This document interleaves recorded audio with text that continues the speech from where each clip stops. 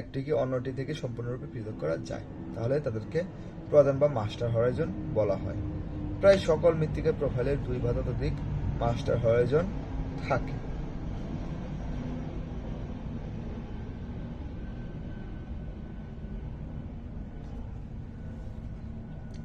Master হরাইজনগুলোকে ইংরেজি বড় হাতের অক্ষর দিয়ে নির্দেশ করা হয়, যেমন ও ই, ও এ ই বি, সি ও ডি। আবার হরাইজন নির্দেশকারী ইংরেজি বড় হাতের অক্ষরগুলো ডান পাশের নিচে সংখ্যাবাচক শব্দ যোগ করে উপমাস্টার হরাইজন নির্দেশ করা হয়, যেমন ও I, O E, A1, A2, A3 ইত্যাদি।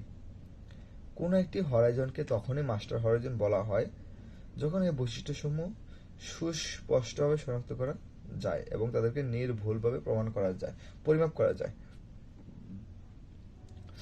এই বৈশিষ্ট্যগুলো হলো হরাইজনের সংখ্যা ও পুরুত্ব, বুনট সংযুতি, কিউটান, দৃঢ়তা, অর্বুদের প্রকৃতি, ছিটে দাগ, পিএইচ মান, জৈব পদার্থের পরিমাণ, পুষ্টি উপাদানের পরিমাণ ইত্যাদি।